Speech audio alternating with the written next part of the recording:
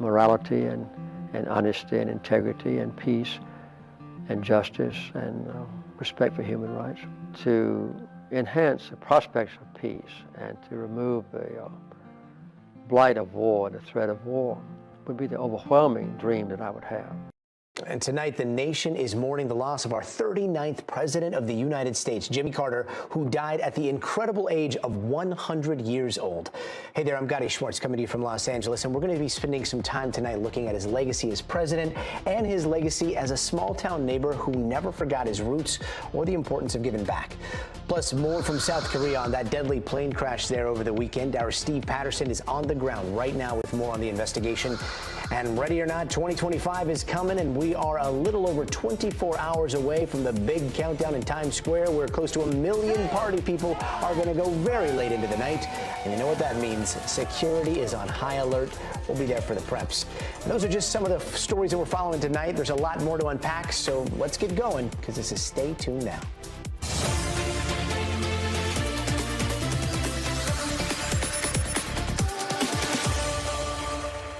And tonight, we are starting with some deep reflection going on in Georgia right now, where many have been showing up to remember the long life of former President Jimmy Carter. People gathering outside the Carter Presidential Library, leaving signs, leaving flowers, so much more.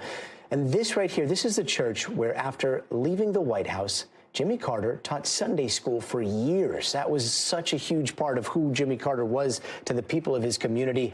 His legacy defined not just by the Oval Office, but all that he did for years after leaving Washington, whether it was making homes for Habitat for Humanity with his wife Rosalind, or saying hi to every passenger when he'd fly commercial with the rest of us. And a question so many are asking today is whether we're ever going to see a post-president like him again. President Carter passing away yesterday at the age of 100 at his small home out there in Plains, Georgia. Let's bring in NBC's Priya Sridhar at the Carter Center in Atlanta. Priya, there's almost 3 Jimmy Carters, right? There's the man before the presidency, there's POTUS, and then there's the man who left politics in the most down-to-earth kind of way. What is really resonating with people today as they remember him? Yeah, you know what, Gadi? I think he lived such a remarkable life, and that's what makes him so interesting to so many folks. As you mentioned, he came from very humble beginnings. He was the son of a peanut farmer and a nurse. He grew up on a farm that didn't even have running water or electricity, and I think that it's that story, that embodiment of the American dream, going all the way from the peanut farm to the White House, that is what makes him so remarkable. He, of course, dedicated his life to public service, joining the Navy and serving in the military capacity. But of course, each step of the way, he came right back here to Georgia. And he, of course, entered politics here in Georgia, first in the state Senate, then on his way to the governor's mansion. And he was widely unknown outside of the state of Georgia until he made his way to the White House. And of course, so much of his legacy has to do with the building that I'm standing in front of right now. That's the Carter Center, the nonprofit that he founded with his wife, Rosalind, back in 1982. He had 43 years of incredible humanitarian work. The mission of this organization is to alleviate global poverty and human suffering. He worked to eradicate diseases around the world in more than 80 countries, also going overseas to monitor elections. So there's so much about his professional life. But as you mentioned, Gadi, I also think the thing that resonates with so many people were some of the characteristics he had, his down-to-earth nature, his humility. That's what we're hearing a lot of folks talking about here at the Carter Center. And how's the community doing? I mean, there's such a tight-knit community. So much of it centered around him and his family tonight. How are they doing? Yeah, absolutely. You know, in addition to all of that, I think one of the things he was so proud of was being a devoted husband and a loving father. He is survived, of course, by his 4 children, his 11 grandchildren, and his 14 great-grandchildren. He was really a family man, a man of faith. As you mentioned, he taught Bible study at his Baptist church in Plains for so many years. I got an opportunity to speak with some folks who came out here to the Carter Center to pay their respects, and I wanted to know why they decided to come out here and what resonated about his life to them. Let's take a listen to what they had to say. He was just a great humanitarian president. He was out there for the people. And, you know, we don't find that so much anymore, which is so much frustration in our society now. What he did in his last couple decades, last 4 decades or so, is remarkable. His whole life was a life of service. It's so unusual, you know, especially among politicians. And so he was really driven by his faith, and people just commented that, you know, he really didn't let the White House and the Oval Office, as you mentioned, define his life. He did so much after he left the White House and came back here to Georgia and used this place really as a launching point for his work around the world. He was also known as somebody that came into the White House and really got rid of so much of the pomp and the circumstance of, you know, all hail the chief. And yet, over the next week, we will see the nation come together to remember him. What is this next week going to look like?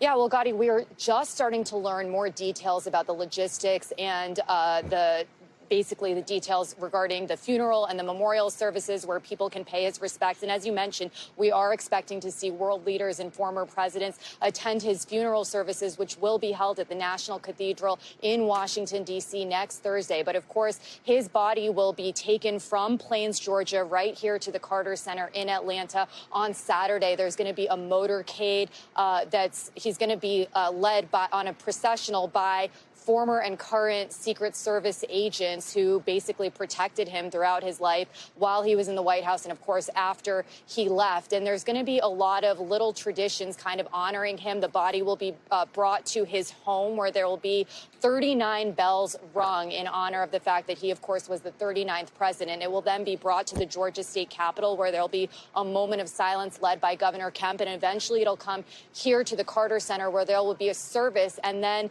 an opportunity for members of the public who want to pay their respects to go in, see the casket for the next several days until Tuesday. And that's when his body will be taken to Washington, D.C. There will be another processional there going by the Navy Memorial, of course, to honor his time in the Navy. And then a horse-drawn carriage will lead him to the Capitol Rotunda, where folks in the nation's capital will also have an opportunity to pay their respects. And of course, all of this will culminate in that state funeral, which will be held in the National Cathedral. And we, of course, can expect that President Biden will be delivering a eulogy. But ultimately, Gadi, he will be coming right back here to Georgia, and he's going to be buried alongside his wife, Rosalind, in Plains, Georgia.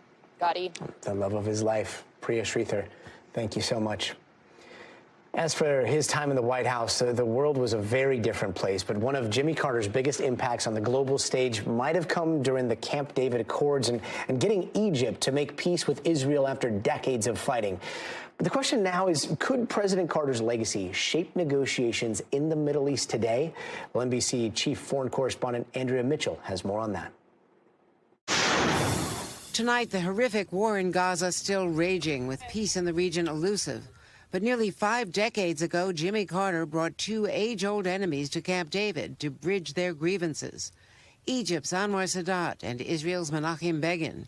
It was a bold plan built on little more than hope and Jimmy Carter's confidence in his own powers of persuasion.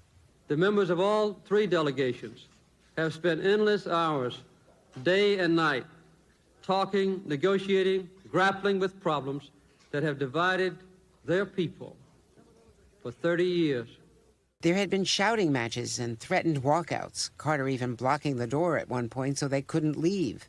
3 of us together. Very good. 6 months later, a signing ceremony at the White House. Carter's persistence had paid off. I'm so proud of both of you. But Carter's broader vision of a regional peace was not to be, then or now. 8 months later, Iranian revolutionaries stormed the U.S. Embassy in Tehran, taking more than 50 Americans hostage. Israel expanded Jewish settlements in the West Bank. Palestinian leaders couldn't prevent terrorist attacks. The same issues leaders are confronting today. How was President Carter able to get 2 bitter enemies to make peace? What made Jimmy Carter special as a negotiator was that he was trusted by the others. They might not have always agreed with him or liked him, but he was trusted. Back in 2014, I asked Carter what kept him going. Promoting peace, enhancing democracy. It's unpredictable, it's adventurous, and I have to say it's gratifying and exciting for us still to do that.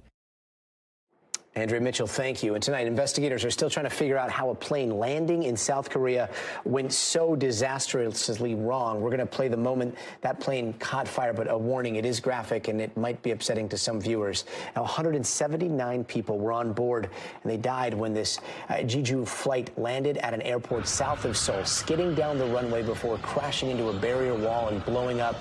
Somehow, miraculously, after this crash that you see right there, 2 members were able to survive. They were pulled out of that wreckage.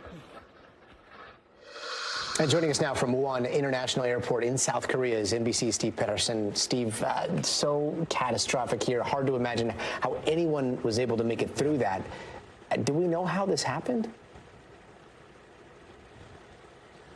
You know, Gadi, that is the million-dollar question, and I think investigators are really working toward that goal, that end. Part of that will be the black boxes that are recovered on scene. That is a trove of information, the flight data, the recording data, all of that will come. It just comes at a later time, right? Maybe the next few weeks to the next few months until that is truly uncovered. Meanwhile, everyone's sort of parsing this together, right? How does this 737-800, a plane that flies all the time, there are 4,000 of these things, you know, in service. How does it land without deploying its landing gear? How does a bird strike take it down? How do the flaps not deploy to slow it down? Why is there a barrier that is concrete at the end of this runway that this plane slams into a fiery fireball? I think a lot of people have a lot of questions, and we won't know until the end. If you're asking how did those people survive, my gosh, I don't know. It sounds like the crew members were on the back of the plane at the very end. The tail, you can sort of see over my right shoulder. It is still sticking up there. It is the only cavity in that airplane that remains intact. And so they were able to survive this miraculously, Gadi. And Steve, I don't know if you can see from your vantage point or you've been able to get around it, but that concrete barrier, was it stopping the plane from going anywhere? Or if it wasn't there, would it have just continued to slide until it stopped? I don't want to speculate because we don't know what that barrier was made out of. We've heard, just sort of speaking to our handlers or miners here in South Korea, that there are these barriers that are constructed at certain airports, you know, around this country. Some of them may be a more pliable material. They are there just sort of as a windbreak or as a divider.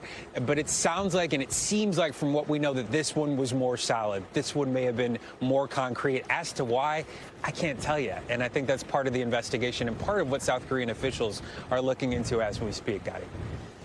And what are family members saying out there? You know, it's a lot of people who are upset. We spent some time inside this terminal here where really, I mean, departures and arrivals is just this makeshift city of family members that will not leave until their family member is identified. And maybe even their friend's family member is identified. And so they're just living inside the airport waiting for answers. Unfortunately, you know, everybody on that plane, except for those 2 crew members, is dead. And the remains are so badly burned and badly you know, distributed that it's really difficult to get answers as to where your family member is. And so I think you're meeting a lot of that frustration with family members really wanting answers that they can't quite have yet. We spoke to this one young man who lost his aunt and his uncle in the same plane crash, and it really has to be strong for his parents and his whole family. Here's what he told me. Listen to this.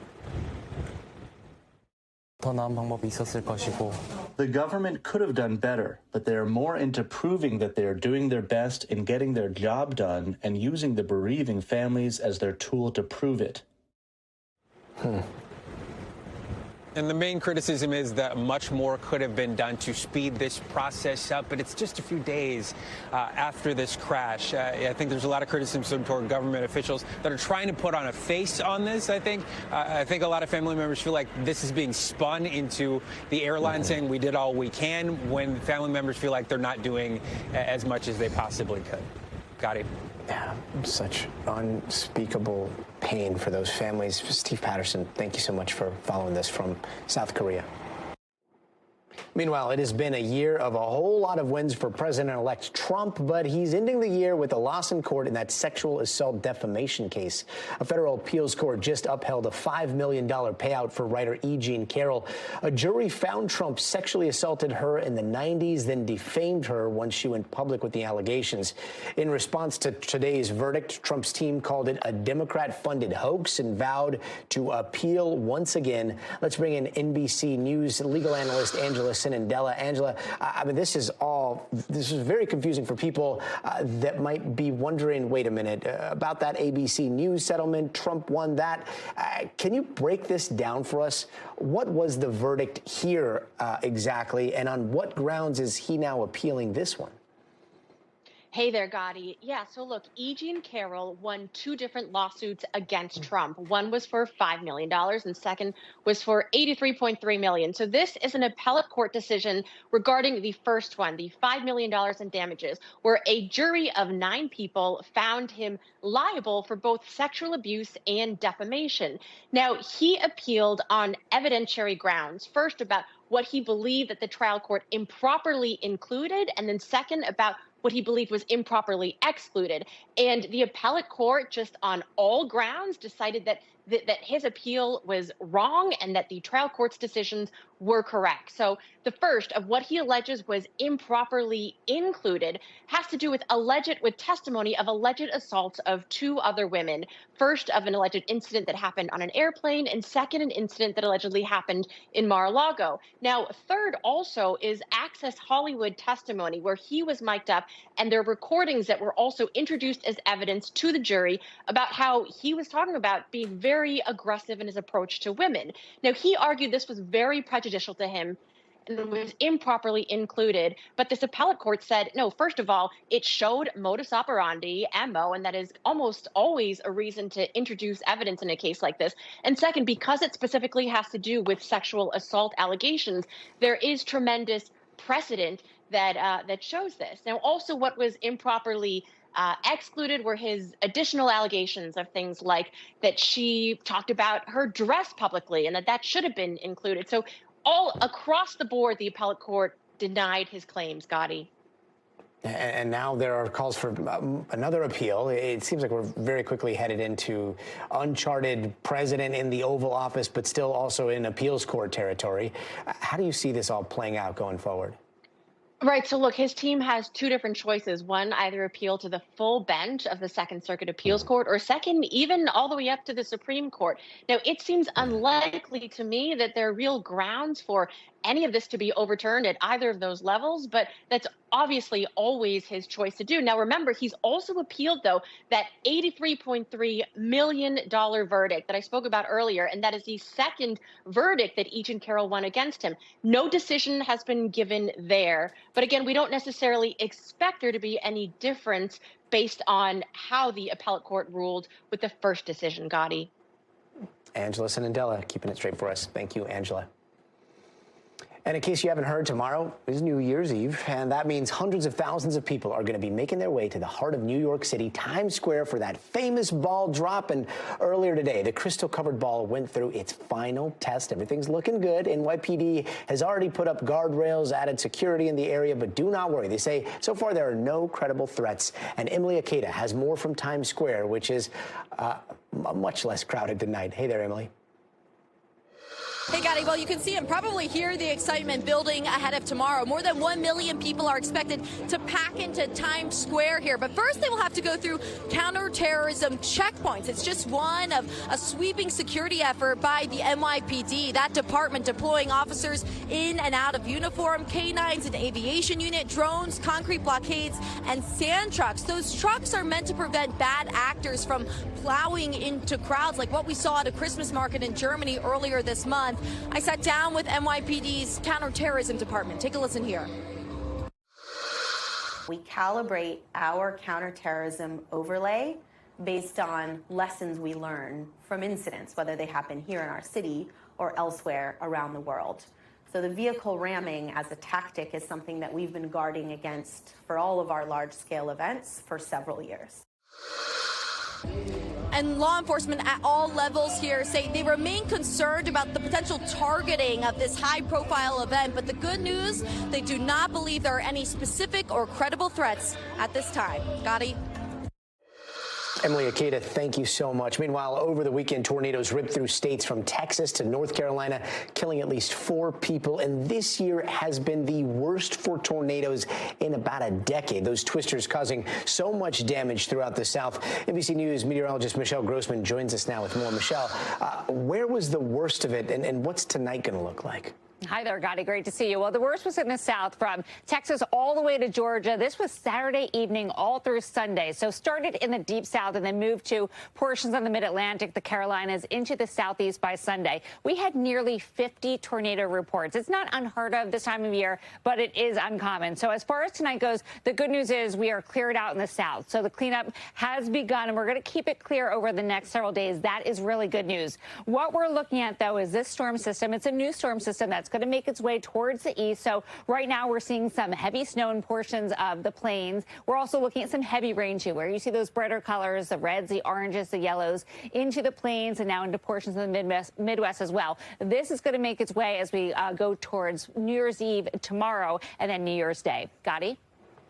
50 tornadoes in a weekend. Does it look like the new year is going to start as bad as this last year has been?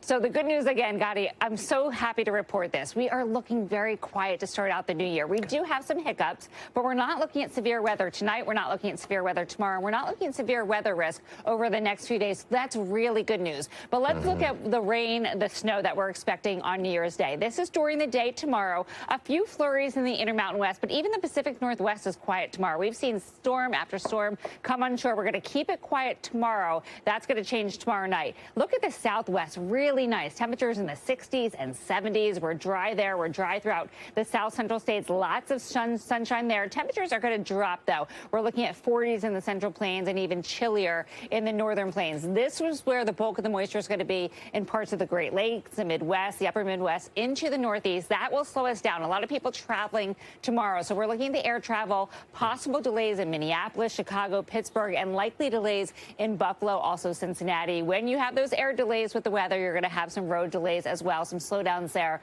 So we're looking at I-96, I-70, I-80, I-81, even parts of I-95 throughout the Northeast tomorrow. Then as we get towards tomorrow night, starting to ring in 2025, let's start in the Pacific Northwest. Yes, we have another storm system moving onshore. You see the blue there. That's going to be the snow, the lower elevation rain along the coast there. Southwest still looking really good. Nice and dry there. Clear and cold throughout the South Central states. Temperatures dipping into the 20s in portions of the middle of the country, teens in the Northern Plains. So you need the layers there. You don't need as many layers this year in the Northeast. You know, we've seen teens in the Northeast on New Year's Eve, but you're going to need the umbrella. Not in Times Square. You can't use an umbrella there, but you can have some rain layers. But you'll need the umbrellas from New England all the way to portions of the Appalachians. And then behind this, we're going to see this colder air working by New Year's Day. So let's talk about ringing in the new year in Times Square. It's a big event. It's so exciting. Ringing in 2025. We're looking at heavy rain before this, but we're looking at models trending a little bit drier as we get towards midnight. May have some showers left over, but we think the heavy rain will end by midnight. Either way, we're looking at heavy rain before that. So you need the rain gear there. Temperatures right around 50 degrees, though. So that is warm in terms of, temperatures going into January. So not as many layers, but you need the rain layers. New Year's Day, Gadi, we were looking at lake effect snow. I mentioned that storm system moving offshore. So we'll see it lingering in New England, but we'll see some really cold air working behind it. That's going to set up some lake effect snow, that cold air coming over those warmer mountains. So once again, downwind in the lakes, we're going to see a lot of snow, especially in portions of Watertown, places like that, the Tug Hill Plateau, the usual places where we see that heavy lake effect snow. The rest of the country not looking bad. We're looking good in the Southeast on New Year's Day. Widespread sunshine throughout the South Central states to continue that cleanup. Looking good still in the Southwest. Rain and snow throughout portions of the Pacific Northwest into the Intermountain West. We're going to add to those snowfall totals in the highest elevations of the mountains, and also some lower elevation rain, and also some sunshine in the Northern Plains. So let's talk about this system, because tomorrow we're looking at that fast-moving system. It's going to bring some wind, it's going to bring some rain, and also some snow. And then by New Year's Day, we're looking at to clear out. We're looking at that cold air moving in. Gadi? I mean, Times Square tomorrow night. It sounds like nothing is going to say romance. Those beautiful midnight kisses like a rain poncho then, huh? Yeah, exactly, with the rain just trickling down on your faces. There we go. Michelle Grossman, thank you so much. Sure. And don't go anywhere. We are just getting started. Up next, Chinese hackers stealing documents from the U.S. Treasury Department. Our Brian Chung is here with more on how they got that access. And later this hour, much more on the life and legacy of Jimmy Carter, how his faith guided him through his roles as family man to president to Sunday school teacher. That's all coming up, so stay tuned. Hey, welcome back, and here's some of the other headlines we're watching tonight. The brother of two-star real estate agents is trying to get out of jail himself after being arrested on federal sex trafficking charges. Alon Alexander's legal team telling the judge he can, quote, have anything he wants to secure bail. Now, that decision is going to come down on Friday. Alon, along with his two brothers, are facing charges for allegedly drugging and raping dozens of women. All three brothers have denied any wrongdoing. And actress Linda Lavin has died. The Broadway star won a Tony Award and even played a leading role in the sitcom Alice. She passed away yesterday from complications with lung cancer. She was 87 years old. And another star athlete's home has been robbed. This time it was Dallas Maverick star Luka Doncic. Now, no one was home at the time of the robbery Friday night. Something like $30K worth of jewelry was stolen. And he is the latest pro athlete to have his home burglarized since October. And norovirus cases are climbing. The CDC is reporting parts of the U.S. are seeing a spike this month. That stomach bug is highly contagious, and outbreaks usually spread quickly in places like nursing homes, jails, even cruise ships. And President-elect Donald Trump is sticking his neck out for House Speaker Mike Johnson, saying he's backing him to remain on the job. Johnson is up for election this Friday when the new Congress starts. He's already faced some backlash from some in his party that weren't too happy with how the government funding fiasco went down. And some breaking news tonight. Congress is being told that Chinese state-sponsored hackers broke into the U.S. Treasury Department, and this happened earlier this month, and the hackers stole a bunch of documents. They've also might have done so by compromising a third-party cybersecurity provider. And let's get straight over to Brian Chung with more on what we do know right now. Brian, how did the hackers get in here? Yeah, well, Gadi, they say this is a major incident, and they were able to do so by accessing and hacking into their third-party provider, which is a company called Beyond Trust that the Treasury turns to get tech support. So I want to read to you what the Treasury disclosed was the issue here. They said, quote, with access to the stolen key, the threat actor was able to override the service's security, remotely access certain Treasury user workstations, a.k.a. laptops and computers, and access certain unclassified documents maintained by those users. Again, unclassified documents is kind of a key word there. They weren't able to really access anything. It sounds like that was too sensitive, that maybe wasn't already public information, but nonetheless super concerning that this China state-sponsored actor, as the Treasury describes it, was able to hack into this third-party provider and then get the keys into these Treasury computers, but at least they weren't able to access classified documents, Gadi. Yeah, it's so sketchy. I mean, remote access of their personal workspaces, the computers, like that seems very intrusive there. What kind of documents did they get if they were unclassified here? Yeah, well, we don't know the nature of that. But here's the thing is that because of the law, whenever an agency like the U.S. Treasury is hacked, they have to provide a detailed report to Congress. So they already told the Senate Banking Committee, as they did in the letter dated today, that this was something that happened. They're going to have to provide follow-up 30 days from now that might include more details on exactly what was hacked, exactly what documents were accessed. But again, Gadi, it doesn't really matter. It's still concerning nonetheless. And this is the Treasury Department. Is it just the Treasury Department, or do we know of other departments that might have been hacked in the last month or so? Well, with regards to specifically this vulnerability with that third-party provider, again, called Beyond Trust, it's interesting that's what it's named, but we don't know if the actors were able to hack other departments through that third-party provider. But if we zoom out, we know that the U.S. government at large has been the target of not just China state-sponsored hackers, but hackers around the world, or even hackers domestically. So earlier this year, you recall that there was that issue with AT&T and Verizon where different types of hackers were able to intercept communications for were highly classified, or even those that were in the campaign along the election season. Well, that could very much be an issue, as the FBI tells not just people that might be high profile, but all Americans to use encrypted messaging using apps like WhatsApp or also Signal to make sure that your communications, your text messages, your phone calls even would not be potentially intercepted by hackers. This is just kind of the world that we live in now these days, Gadi. Yeah, it seems like a different intrusion every day. Brian Trung, thanks so much for staying on top of this for us. And now to the latest from Trump world, a fight over one non-immigrant visa, the H-1B specifically. It now seems to be dividing Republicans. On one side, Trump's tech doge brothers, Elon Musk and Vivek Ramaswamy, and on the other side, hardliners like Laura Loomer, Matt Gaetz, and Steve Bannon. But the president-elect himself is now showing support for the program, backing his close advisor, Elon Musk and Vivek Ramaswamy. And all this as the date for a TikTok ban in the United States is getting closer. Something that Trump is now opposing. NBC senior White House correspondent Gabe Gutierrez is outside of Mar-a-Lago with the very latest. President-elect Trump weighing in on an issue that's been dividing some of his most high-profile supporters. The controversy is over H-1B visas that allow foreigners with highly coveted tech skills to work in the U.S. for up to 6 years. H-1B visas, that's not what it's about.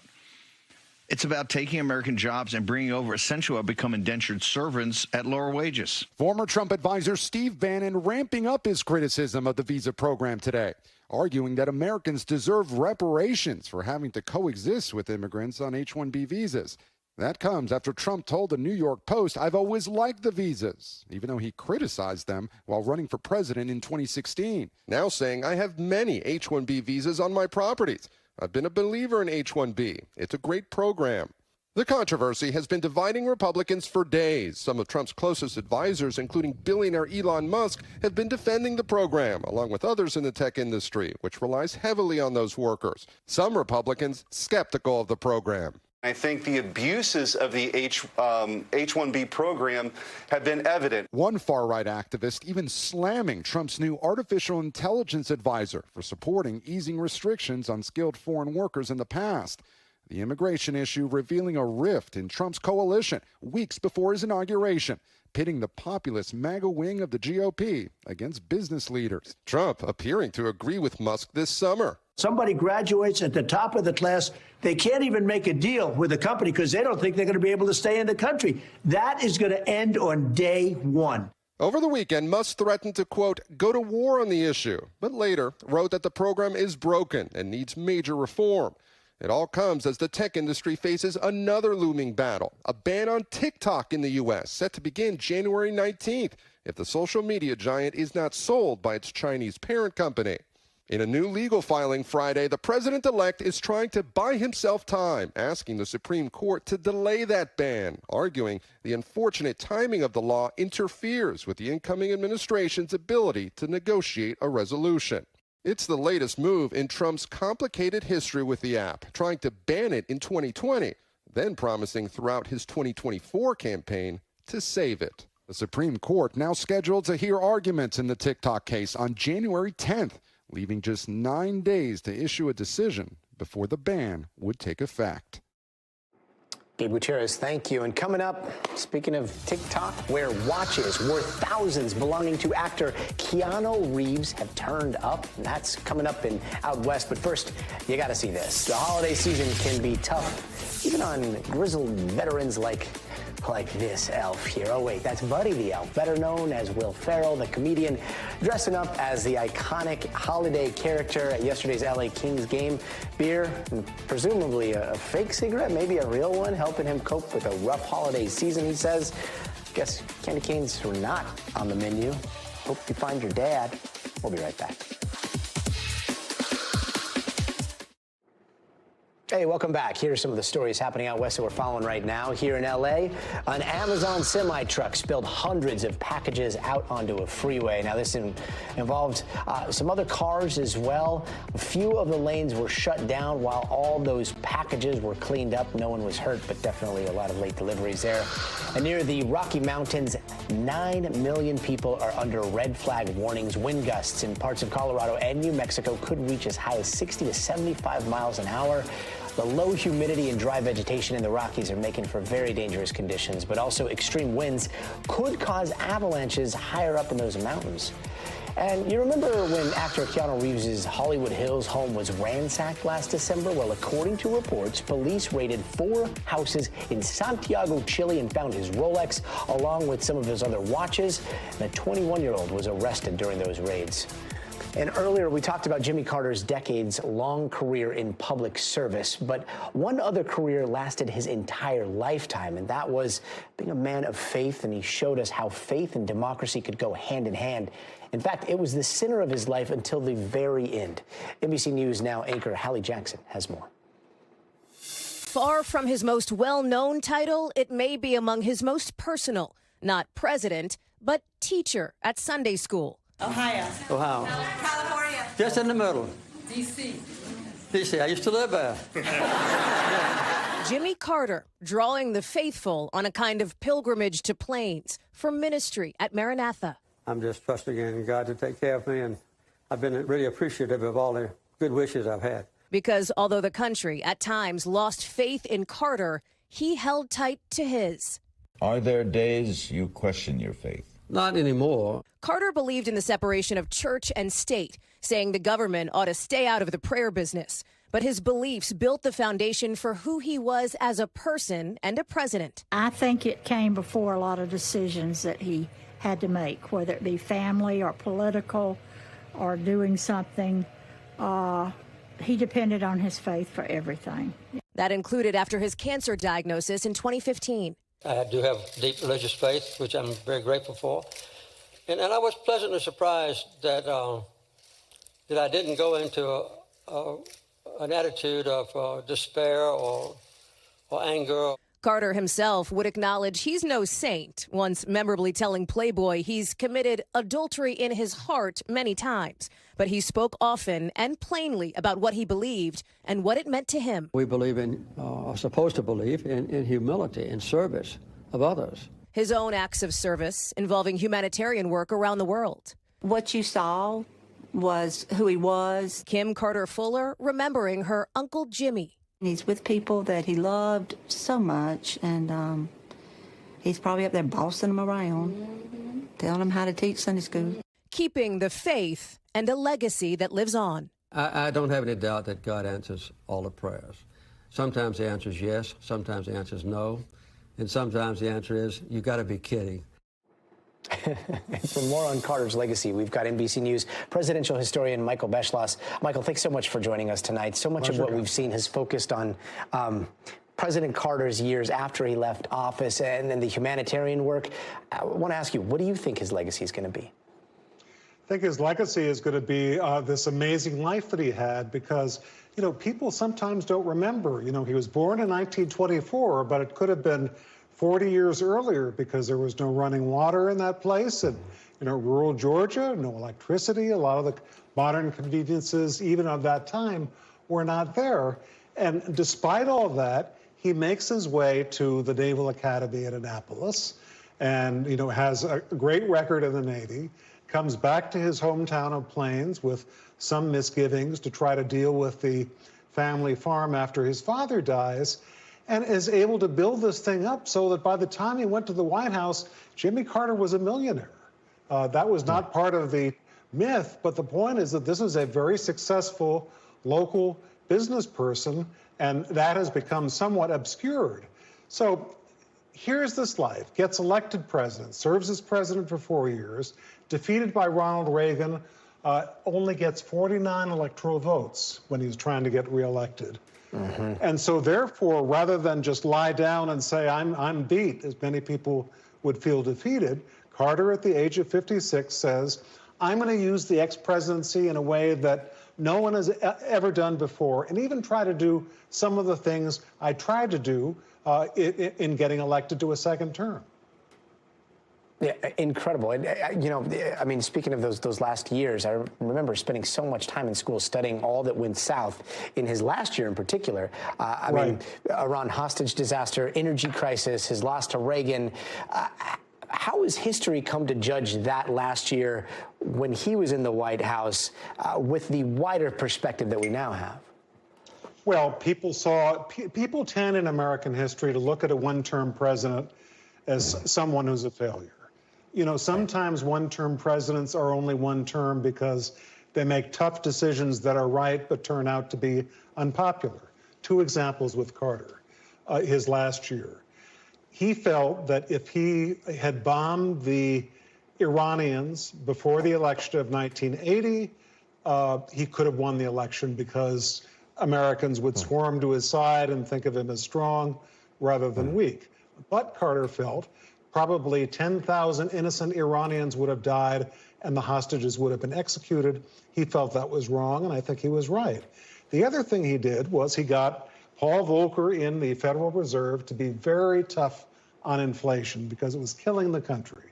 You know, you and I are living in 2024. We've seen what inflation does not only to a society, but also to a president who has it.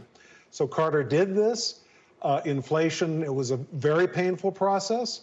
Without the appointment of Volcker, it is equally possible that Carter would have had a much better chance to win. So he lost, but he lost after having made some very tough, good decisions. And I know you had the honor of knowing President Carter. How do you remember him? As this just, I mean, he could connect. You know, I'd run into him on a plane and say, hey, man. In fact, I was writing a book that later came out, was called Presidents of War. He said, you know, what you're writing about? And I told him, and he said, Presidents of War, well, I guess that's a book I don't want to be in, right? And I said, I would say that's right. You know, one of my favorite things that I've come across is the Carters and the Murphy bed at the Carter Center, and how conscientious he was when it. Yes, exactly. But very conscientious of taxpayer dollars, right?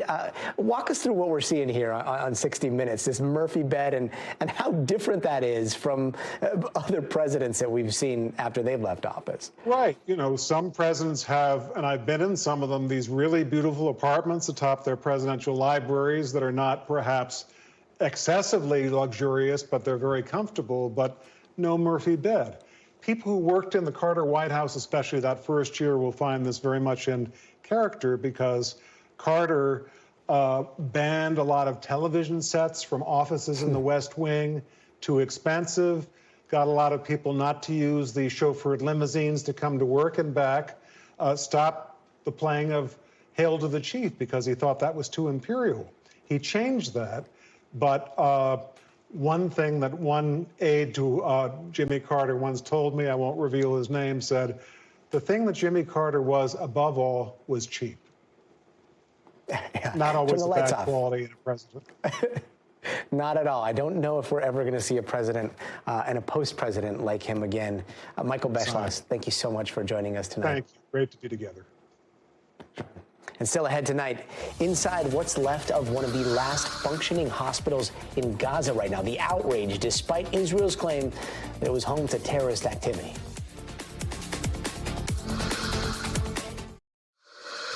Welcome back. Let's take a quick look around the world, and this is pretty staggering. Police in Aleppo have discovered a mass grave containing hundreds of bodies, and they think that number could even go into the thousands. They've also found 12 other mass graves in southern Syria as the world is starting to get a clear picture of what the country was like under the now fallen al-Assad family regime. Meanwhile, 5 people in Argentina are facing charges in connection with the death of singer Liam Payne. 4 of them worked at the Buenos Aires hotel where Payne fell to his death from a balcony in October. Those charges range from manslaughter to supplying drugs. And earlier today, a fire killing 3 tourists at a hotel near a popular tourist spot happened in Bangkok. One of those victims is an American. Now, that tragedy coming as the hotel was expected to host 20,000 people for a New Year's Eve event. The cause of the fire is still under investigation. And last year in Serbia, a 13-year-old boy shot and killed 9 of his classmates and a school guard. And today, a court convicted his parents. His father was sentenced to nearly 15 years in prison for what they called grave acts against public safety and child neglect. His mother was sentenced to 3 years in prison. Their son is too young to face a trial there, but he's being held in a psychiatric institution. And the last major working hospital in northern Gaza is now empty. The IDF said it was home to terrorist activity. And tonight, the hospital's director is under arrest. NBC's Hala Garani has more.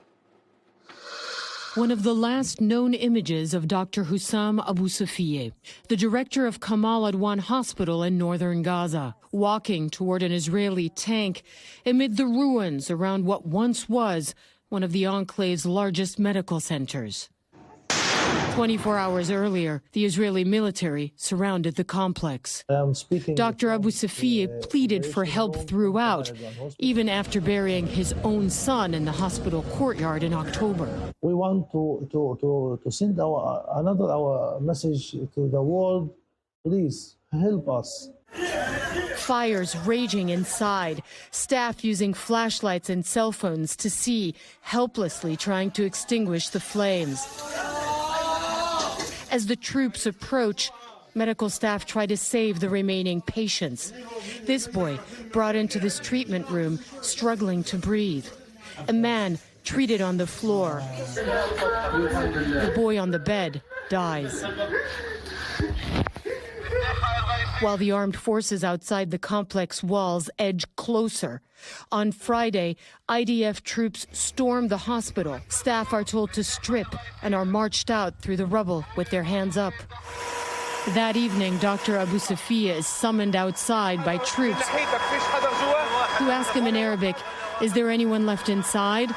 "There is no one left inside the hospital," he replies. After gravely ill patients were loaded onto ambulances and transported to elsewhere in Gaza earlier that day. The Israeli military says it attacked the hospital because it was a terrorist hub and published these images of guns they say they collected from the complex. They've confirmed that Dr. Abu Safieh is being questioned and is considered a suspect for, quote, potential involvement in terrorist activity. But they have not disclosed his location to NBC News or shown us any evidence supporting these claims. After walking toward the Israeli troops, Abu Safieh was asked to climb into their tank. "Doctor, how are you? Everything okay?" a soldier asks in Arabic and shakes his hand. The doctor who'd refused to leave his hospital was soon out of sight. Hala Garani, NBC News.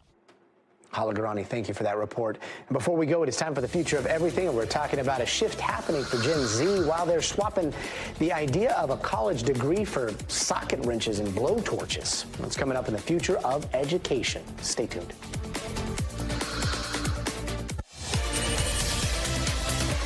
Hey, welcome back. And tonight's Future of Everything, a real hands-on education. But first, some headlines from the world of tech. Are you wondering what to watch next on YouTube? Well, there's a new button that might help you out. The platform is testing a new Play Something button that'll pick a video for you to watch. So keep an eye out at the bottom of your screen if you're looking for your next video to play, and hopefully it will pop up there sometime soon. And 2024 is on track to be the warmest year on record, and that continues a decade-long streak of the Earth getting hotter by the year. The WMO says that the climate change we're seeing added 41 days of dangerous heat in 2024 and fueled extreme weather that left millions homeless. And swiping for love in the new year might start to look a little bit different. The Guardian is reporting that Match Group, which owns the world's largest portfolio of dating platforms, plans to invest more in AI, and users could see new features like AI dating assistant that maybe will help you pick a decent profile pic.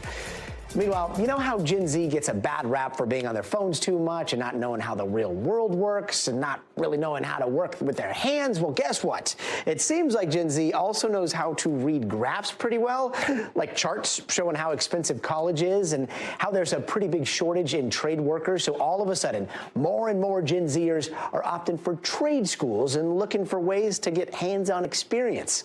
NBC's Maggie Vespa takes us to one of those in tonight's Future of Education. This minus this.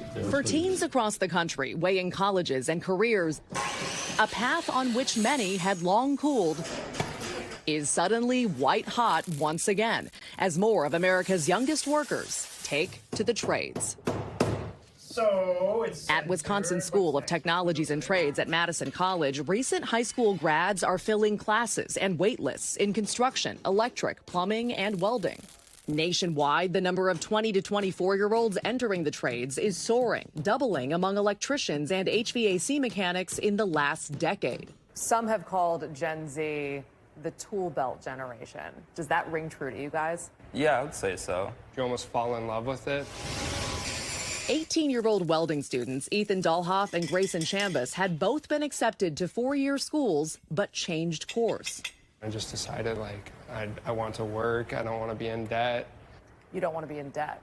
Measure out an inch. Instructors say that's a driving force, with more than half of American college students today graduating with debt, close to $29,000 on average. Like the salary to debt ratio between me and people my age, I mean, we can have what they owe. We can have what they owe. Yeah. Welding program director Tony Studi says this track is an easy sell. You want to make $50,000? Can you afford to borrow $6,000 to come here for a year?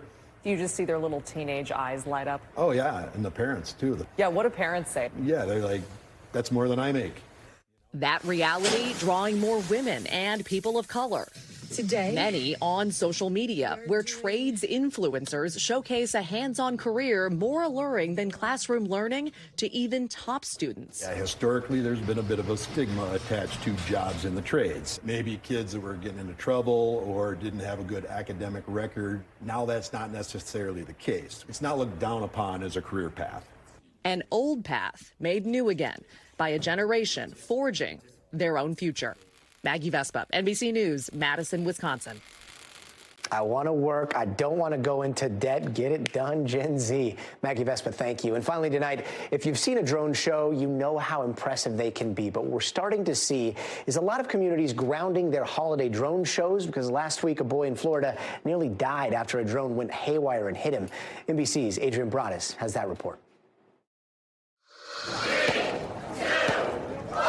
Tonight, highly anticipated New Year's Eve drone shows throughout the country have been canceled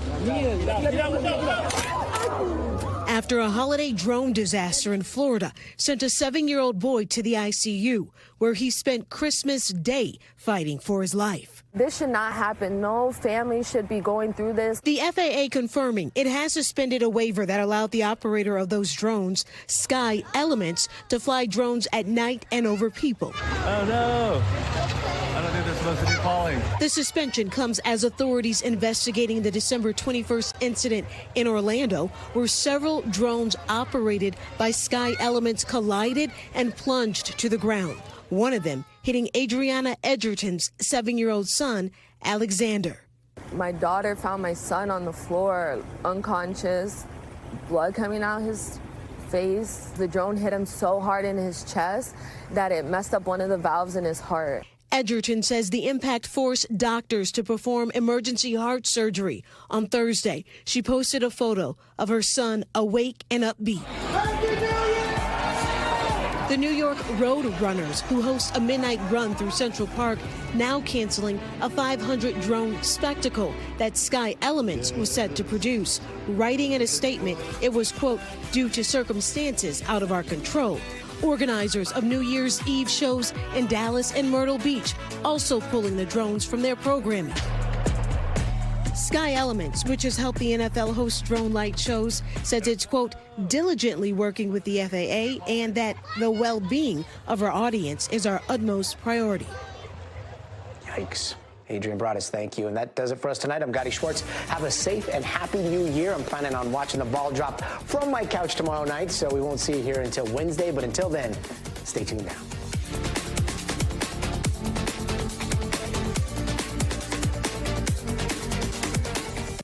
Thanks for watching. Stay updated about breaking news and top stories on the NBC News app or follow us on social media.